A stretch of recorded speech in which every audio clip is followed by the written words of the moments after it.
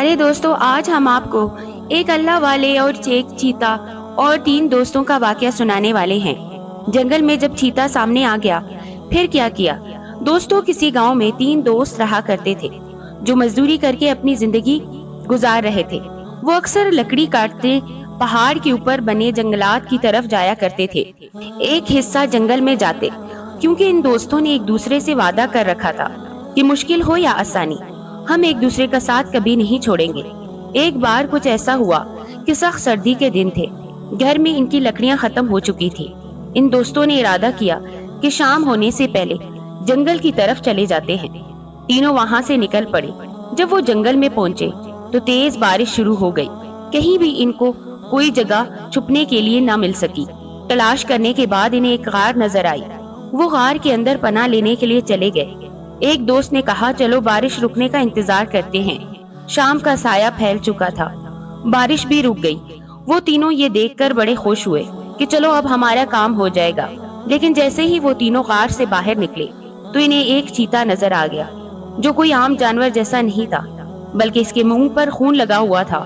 وہ گھور کر ان تینوں کو دیکھنے لگا جیسے ابھی ہی ایک پل میں ان کو کھا جائے گا۔ جنگلی چیتے کو اپنے سامنے دیکھ کر وہ تینوں غار میں واپس آ گئے۔ رات کا اندھیرا ہر طرف پھیل رہا تھا۔ اگر وہ لوگ باہر نکلتے تو چیتا انہیں یوں ہی چیر پھاڑ کر کھا لیتا۔ جان بچانے کے لیے وہ تینوں غار میں ہی بیٹھے رہے اور انہیں کوئی راستہ نظر نہیں آ رہا تھا۔ چیتا اپنی جگہ سے ہلنے کا نام تک نہیں لے رہا تھا۔ اب وہ لوگ سوچنے لگے، ہم کریں تو کیا کریں؟ آخر ایسے میں ہماری مدد کے لیے کون آئے گا؟ اسی وقت انہیں غار میں کچھ ہلچل سی محسوس ہوئی، جس کی وجہ سے وہ تینوں ڈر کے مارے کانپنے لگے کہ اب تو ہماری موت ہمارے سامنے تک آ ہی گئی ہے۔ ابھی وہ سسکتے ہوئے یہ کہہ ہی رہے تھے، کسی نے ان سے کہا، میں کوئی جنگلی درندہ یا جانور نہیں ہوں، بلکہ درویش فقیر ہوں۔ یہاں سے گزر رہا تھا تو مجھے لگا کہ غار کے اندر کوئی رو رہا ہے، تو میں تمہیں دیکھنے کے لیے چلا آیا۔ تم لوگ تو ہٹے کٹے جوان ہو، ڈر کیوں رہے ہو؟ کہنے لگے، حضرت، باہر کوئی چیتا آپ کو نظر نہیں آیا؟ فقیر نے کہا، نہیں، مجھے کوئی چیتا نظر نہیں آیا، اسی لیے تو میں آسانی کے ساتھ غار کے اندر چلا آیا ہوں۔ یہ سنتے ہی وہ تینوں خوش ہو گئے اور کہا، اچھا ٹھیک ہے، تو پھر ہم چلتے ہیں۔ پھر جیسے ہی وہ لوگ باہر کی طرف نکلے، انہیں وہ چیتا دانت نکالتا ہوا نظر آیا۔ وہ غرا رہا تھا جیسے انہیں ابھی کھا جائے گا۔ وہ پھر سے دوڑ کر غار میں واپس آ گئے اور کہا، حضرت، آپ کہتے ہیں کہ باہر چیتا نہیں ہے، لیکن ہمیں تو وہ صاف صاف دکھائی دے رہا ہے۔ حضرت نے کہا، لیکن وہ میرا کچھ بھی نہیں بگاڑ سکتا۔ انہوں نے کہا، کیوں؟ وہ آپ کا پالتو ہے؟ حضرت نے کہا، نہیں، وہ میرا پالتو نہیں ہے، لیکن میں صرف اپنے رب سے ڈرتا ہوں، کسی اور سے نہیں۔ تم لوگ آخر چیتے سے کیوں ڈر رہے ہو؟ ان تینوں نے کہا، کیونکہ وہ ہمیں ایسے دیکھ رہا ہے جیسے وہ ہم تینوں کو غار سے باہر نکلتے ہی کھا جائے گا۔ وہ تینوں ڈر کے مارے رونے لگے۔ اللہ کے ولی نے کہا، کیا تم لوگوں نے اللہ پاک سے دعا نہیں مانگی؟ ایک شخص بولا، ہاں، ہم نے دعا تو مانگی ہے اور ہماری دعا قبول نہیں ہوئی۔ اللہ والے نے کہا، تو اس کا مطلب ہے تم لوگوں کے اعمال میں کچھ گڑبڑی ہے۔ مجھے سچ سچ بتاؤ، کیا تم نے کبھی کسی کا حق مارا ہے؟ کیا تم نے کبھی کسی کا دل دکھایا ہے؟ کسی کے ساتھ کوئی بے ایمانی تو نہیں کی؟ کسی کا دل تو نہیں دکھایا ہے؟ کسی کے ساتھ کوئی بے ایمانی، کوئی ظلم و زیادتی تو نہیں کی؟ اللہ والے کی باتیں سن کر وہ تینوں اپنی اپنی سوچ میں ڈوب گئے۔ گہری سوچ میں ڈوبنے کے بعد اب ان کے ماتھے پر یعنی پیشانی پر پسینے کے قطرے چمکنے لگے۔ ایک دوست نے کہا، اے اللہ والے، مجھے لگتا ہے کہ میں نے زیادتی کی ہے۔ اللہ والے نے کہا، اچھا، لیکن بتا کہ کس کے ساتھ؟ اس نے کہا، اپنے بچوں کے ساتھ۔ فقیر نے کہا، چلو مجھے بتاؤ، تم نے اپنے بچوں کے ساتھ کیا زیادتی کی؟ پہلا دوست کہنے لگا، ہم پہلے ایک ساتھ نہیں رہتے تھے، بلکہ ہم تینوں الگ الگ بستی میں رہتے تھے۔ میں جنگل میں بکریاں چراتا تھا اور اسی پر گزر بسر کیا کرتا تھا۔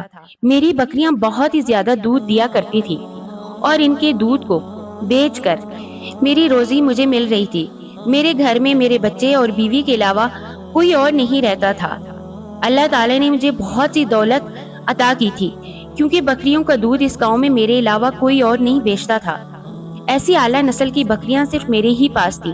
میری بکریاں ایسا دودھ دیا کرتی تھی کہ اس سے کسی بیمار کو فوراً شفا مل جایا کرتی تھی۔ لوگ دور دور سے میری بکریوں کا دودھ خریدنے کے لیے آیا کرتے تھے اور میں ان سے منہ مانگی قیمت لیا کرتا تھا۔ میں پیسوں کے لیے سب کچھ کرتا تھا۔ میرے بچے میرے پاس آکر وہ دودھ پینے کے لیے مانگتے تو میں ان کو دودھ نہیں دیتا تھا، بلکہ جھڑک کر ان کی ماں سے کہتا، ان کو لے جا کر روکھی سوکھی روٹیاں کھلا دو، یہ پیسے میرے لیے ہیں، تم لوگوں کے لیے نہیں ہیں۔ میں اپنے بیوی بچوں کو اپنے لیے بوجھ سمجھا کرتا تھا اور یوں میرا کاروبار ترقی کرتا چلا گیا۔ ایک دن میرا ایک بچہ بہت شدید بیمار ہو گیا۔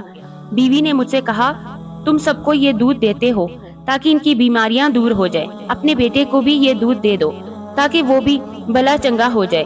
میں نے اپنی بیوی کو ڈانٹتے ہوئے کہا، اس دودھ کو دونے کے لیے جو میں پیسے لیتا ہوں، لوگ مجھے پیسے دیتے ہیں، میں بغیر پیسے کے کسی کو دودھ نہیں دیتا، میں کسی کے ساتھ کوئی نیکی اور بھلائی کا کام نہیں کرتا، بلکہ یہ میرا کاروبار ہے، یہی میرا پیشہ ہے اور یہی میری روزی روٹی ہے۔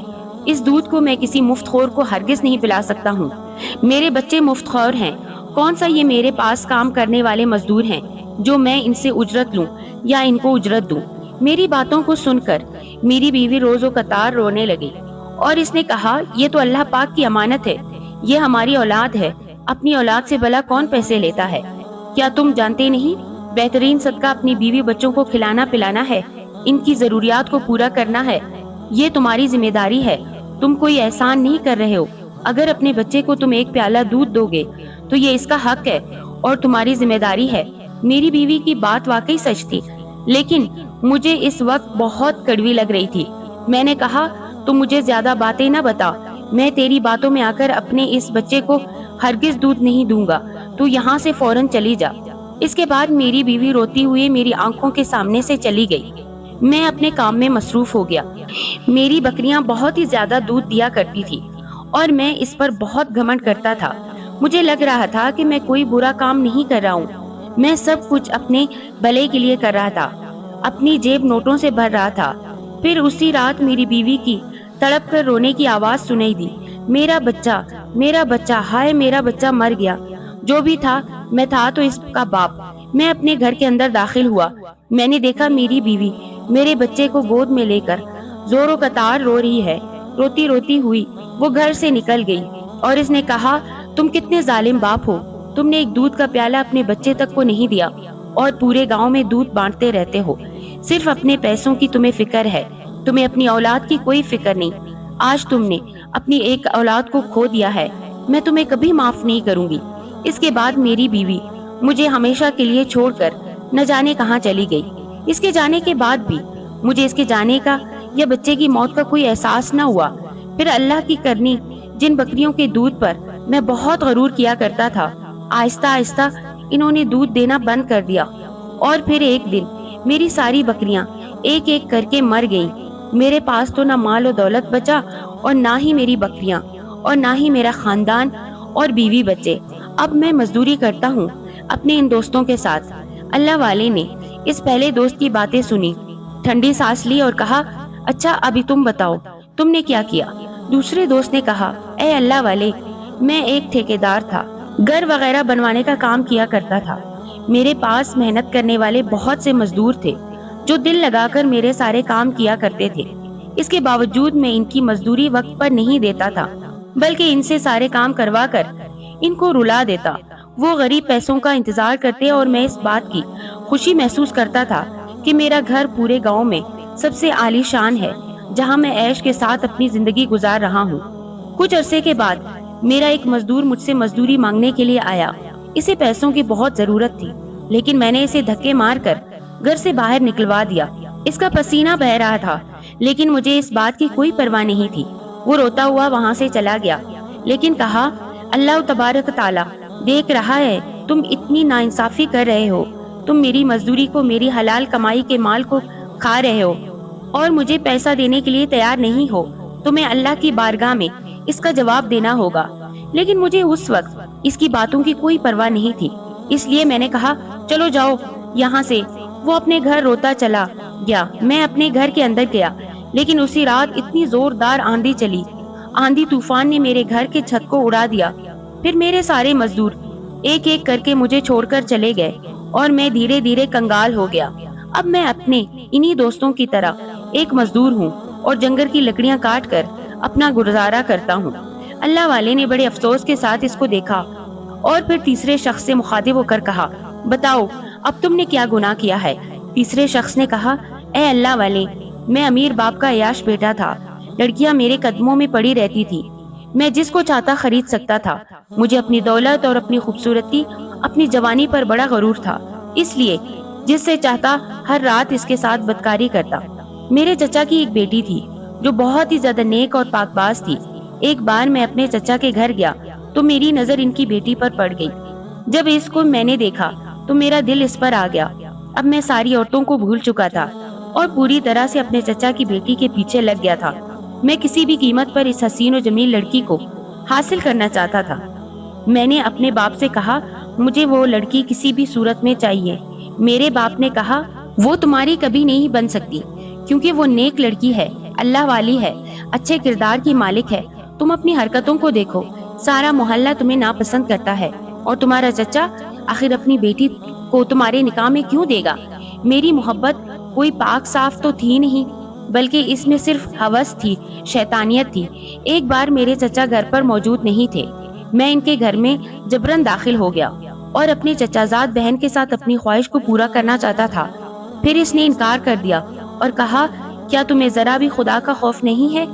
میں نے اس کی بات کو نظر انداز کرتے ہوئے کہا، دیکھو میں نے جس کو چاہا حاصل کر لیا ہے، تم کو نہ جانے کس بات کا گھمنڈ ہے کہ تم میری بات کو ماننے کے لیے تیار ہی نہیں ہو۔ وہ لڑکی کہنے لگی، مجھے گھمنڈ نہیں ہے، میں اللہ تعالیٰ سے ڈرتی ہوں اور تم جیسے انسان کی بیوی بھی نہیں بننا چاہتی ہوں، اس لیے مہربانی کر کے یہاں سے چلے جاؤ۔ اگر تم اللہ کا خوف رکھتے ہو تو اس کی یہ بات سن کر میں زور زور سے کہکا کر ہنسنے لگا۔ مجھے اللہ کا کوئی خوف نہیں آ رہا تھا، بلکہ میری آنکھوں پر پٹی بدھی چکی تھی، غفلت کی، شیطانیت کی، ہوس کی پٹی، اور میں نے اس لڑکی کے ساتھ زیادتی کی۔ پھر اس نے مجھے بددعا دی کہ کوئی درندہ تم کو ضرور ایک نہ ایک دن اپنا شکار بنائے گا۔ میں نے اس کی بات کو سنجیدگی کے ساتھ نہیں لیا۔ پھر مجھ پر بددعا کا اثر ہو گیا، اور جن پیسوں سے میں عورتوں کو خریدتا تھا اور جس جوانی اور مردانگی کے اوپر میں غرور کیا کرتا تھا، دھیرے دھیرے وہ سب کچھ ختم ہو گیا، مٹ گیا، اور آج میں اپنے دوستوں کے ساتھ مزدوری کرنے پر مجبور ہو چکا ہوں۔ اللہ والے نے کہا، تم تینوں نے مجھے ایک ایک کر کے اپنے گناہوں کے بارے میں بتا دیا، اور وہ بددعا بھی جو تمہیں دی گئی تھی۔ اب تک تم ان بددعاؤں پر نادم ہوئے ہو، تم سے تمہارا سب کچھ چھن گیا، بیوی بچے، مال و دولت، زمین و جائیداد، خاندان، عزت، شہرت، دوست و احباب، سب کچھ۔ کیا تم تینوں اب اللہ تعالیٰ کے حضور توبہ کرنے کے لیے تیار ہو؟ وہ کہنے لگے، ہم بہت شرمندہ ہیں، آج پہلی بار ہم نے ان گناہوں کو یاد کیا ہے، ورنہ اتنے سالوں میں کبھی ہمیں یہ گناہ یاد تک نہیں آیا۔ اللہ والے نے کہا، تم لوگوں نے لوگوں کا دل توڑا ہے، ناجائز حرکتیں کی ہیں، کسی کا حق مارا ہے، کسی پر ظلم کیا ہے، تم نے اپنے رشتے بھی نہیں نبھائے، پھر تم اس پر شرمندہ بھی نہ ہوئے۔ آج جب تم پر خود ایک مصیبت آ کھڑی ہو گئی ہے تو تم کو سب کچھ یاد آ رہا ہے، اللہ بھی یاد آ رہا ہے، اپنے ساتھ ہونے والے بداعمال بھی یاد آ رہے ہیں۔ اگر یہ چیتا یہاں سے چلا جائے اور تمہارا شکار نہ کرے، یعنی تمہیں نہ کھائے، تو کیا تم پھر اپنی زندگی میں مگن ہو جاؤ گے؟ تم بھول جاؤ گے جو کچھ تم نے کیا؟ وہ وعدہ کرنے لگے، نہیں نہیں حضرت، ہم ایسا کبھی نہیں کریں گے، بلکہ ہم ان لوگوں کے پاس جا کر ان سے معافی تلافی کریں گے۔ ہم اللہ تعالیٰ کو گواہ بنا کر سچے دل سے توبہ کرتے ہیں۔ ہم ان لوگوں کے پاس جا کر اپنا ہاتھ جوڑ کر ان سے معافی مانگیں گے جن کے ساتھ ہم نے برا کیا۔ اللہ والے کہنے لگے، ہو سکتا ہے تمہیں ایک موقع اور مل جائے، میں تمہارے لیے دعا کرتا ہوں۔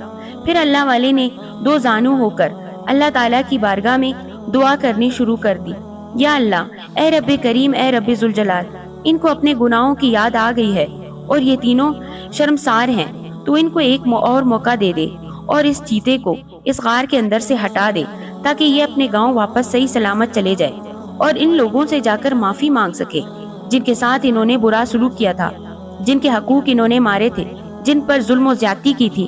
اللہ تبارک تعالیٰ نے اپنے نیک بندے کی دعا کو قبول کر لیا اور صبح کا اجالا بھی پھیل چکا تھا۔ وہ تینوں باہر آ چکے تھے اور وہ چیتا وہاں سے چلا گیا تھا۔ وہ سمجھ گئے یہ بہت بڑے اللہ والے معلوم ہوتے ہیں، اسی لیے اللہ تعالیٰ نے ان کی دعا کو فوراً قبول کر لیا۔ وہ تینوں جنگل سے لکڑیاں کاٹ کر خوشی خوشی اپنے گاؤں کی طرف چل پڑے، لیکن نہ انہیں اللہ یاد رہا، نہ اللہ والے یاد رہے، اور نہ وہ چیتا یاد رہا۔ انہوں نے کسی سے کوئی معافی نہ مانگی، بلکہ وہ اپنے سارے وعدے بھول گئے۔ اب تو ہمارے سر کوئی بلا نہیں، نہ وہ چیتا ہے اور نہ کوئی اللہ والے جو ہمیں یاد دلائے کہ ہم اپنے وعدے کو پورا کریں۔ اور وہ پھر اپنی زندگی کو اسی طرح گزارنے لگے۔ تینوں بہت بڑے دھوکے باز تھے۔ اللہ کی کرنی کہ وہ لوگ جس جنگل سے لکڑی کاٹ کر لاتے تھے، گاؤں والے اس جنگل کی طرف نہیں جاتے تھے، کیونکہ وہاں پر درندوں کا بسیرا تھا۔ اور جب سے انہوں نے سنا تھا یہ وہاں پر ایک چیتا آ کر بیٹھا ہے، تو گاؤں والوں نے وہاں جانا بند کر دیا تھا۔ یہ لوگ نڈر ہو چکے تھے اور جانتے تھے وہ چیتا اب ان کا کچھ بھی نہیں بگاڑے گا۔ گاؤں والوں نے ان کی بہادری دیکھی تو کہا، اب تم لوگ ہمارے لیے بھی لکڑیاں لے کر آنا۔ وہ گاؤں والوں کے لیے لکڑیاں بھی کاٹ کر لانے لگے۔ لوگ ان کو پیسے دیتے تھے۔ ان پیسوں سے انہوں نے ایک بڑا کاروبار کر لیا اور پھر ان کے پاس مال و دولت کی ریل پیل ہو گئی۔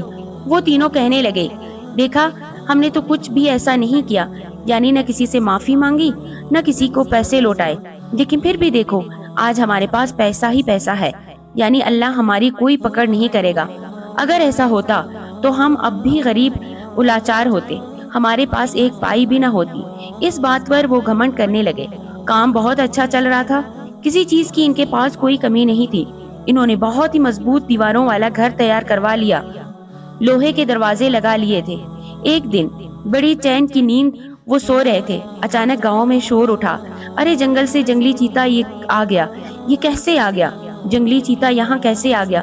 وہ تینوں عیاش دوست بھی یہ سن کر گھبرا کر اٹھ بیٹھے، لیکن اپنے گھر میں گھس کر بیٹھے رہے۔ یہ گھر میں تو کبھی نہیں آ سکتا، اتنا مضبوط ہم نے گھر بنوایا ہے، وہ اندر کبھی داخل ہو ہی نہیں سکتا۔ وہ کھائے گا تو گاؤں والوں کو کھا کر چلا جائے گا۔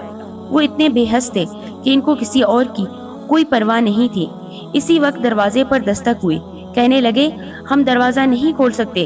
کون ہے؟ کسی نے کہا، دروازہ کھولو ورنہ یہ دروازہ توڑ دیا جائے گا۔ یہ دروازہ کوئی نہیں توڑ سکتا، ہم نے اسے خالص لوہے کا بنوایا ہوا ہے اور اس کو کوئی بھی نہیں توڑ سکتا۔ اچانک ان کا سارا غرور مٹی میں مل گیا اور وہ دروازہ ایک ہی جھٹکے میں ٹوٹا۔ وہ چیتا جس کے منہ پر، جس کے دانتوں پر خون لگا ہوا تھا، ان کے پاس آ کر کھڑا ہو گیا، آہستہ آہستہ ان کے قریب آ رہا تھا۔ وہ کہنے لگے، ارے یہ یہاں کیسے آ سکتا ہے؟ اس دن غار کے اندر تو نہیں آیا تھا، جبکہ وہ وہاں تو کوئی دروازہ بھی نہیں تھا۔ ہمارے گھر میں آخر کیسے داخل ہو گیا؟ اتنا بڑا دروازہ اس نے کیسے توڑا؟ اس وقت اللہ والے کی آواز آئی، تمہارے گناہوں کی وجہ سے انسان کی نیکیاں ہی ہوتی ہیں جو اسے مصیبت سے بچاتی ہیں، اور انسان کے دیے ہوئے صدقات ہوتے ہیں جو اس کو بری موت سے بچا لیتے ہیں۔ لیکن تم لوگوں نے جو وعدہ کیا تھا تم اپنے گناہوں کی تلافی کرو گے، جن کے ساتھ تم نے برا سلوک کیا ہے، زیادتی کی ہے، جن کا پیسہ کھایا ہے، جن کا حق مارا ہے، جن کے گھروں کو تم نے لوٹا ہے، ان کے پاس جا کر تم معافی مانگو گے، اللہ پاک کی بارگاہ میں سچے دل سے توبہ کرو گے۔ لیکن تم تو غفلت کی زندگی گزارنے لگے۔ یہ سب صرف تمہارا امتحان تھا۔ یہ مال و دولت، یہ زمین و جائیداد، یہ سب اللہ کی جانب سے تمہاری آزمائش کے لیے تھا۔ کیا تم دنیا کو یاد رکھتے ہو یا آخرت کو؟ پر افسوس صد افسوس کہ تم نے اپنی دنیا کو یاد رکھا، ایک لمحے کی بھی تمہیں شرمساری نہیں ہوئی۔ وہ کہنے لگے، حضرت آپ اللہ والے ہیں، ہمیں معاف کر دیں، ہم آپ سے وعدہ کرتے ہیں ہم پھر اپنی حالت کو سدھاریں گے، ہم اپنے آپ کو اچھا انسان بنائیں گے۔